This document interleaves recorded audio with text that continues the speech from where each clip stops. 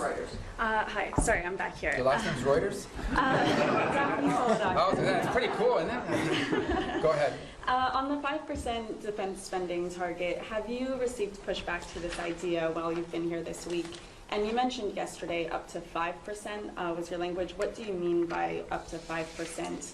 Well, I said up to a path, getting up to 5% at some point. I'm not saying overnight, but to get to that point. We think that's what NATO allies need to be spending for NATO to face the threats that it itself has identified and articulated. Here's the good news. The good news is everyone generally, with a couple exceptions, are spending more on defense today than they were 3, 4, 5 years ago. That's positive.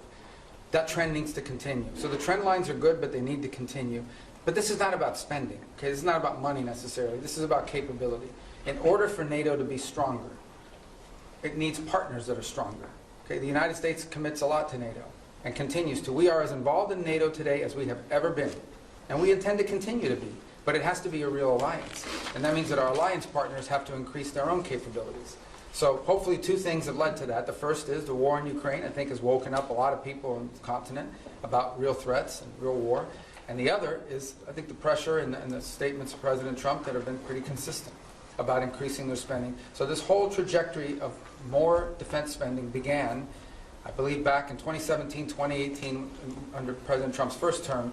We want that trend to continue. And we're hoping when the leaders meet in The Hague that there'll be further and firmer commitments in that direction. I think it's beneficial to the alliance. The stronger our partners in NATO are, the more capable our partners in NATO are, the stronger NATO is. And everybody should be in favor of that. And sorry, just to follow up, so will you try and get the official target as 5% rather than 2%, and will the U.S. commit to 5%?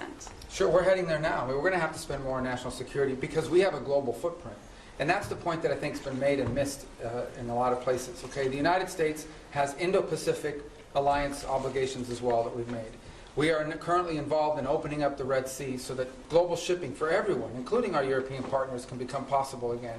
We're engaged in counter-drug and counter-gang interdictions in the Western Hemisphere. There's obviously all sorts of issues going on in different parts of the world, including we're concerned about a resurgence of terrorist cells, whether it's in Africa or in the Middle East. So the U.S. has these global obligations, and we have China that's undergoing the largest, most expansive peacetime military expansion in history.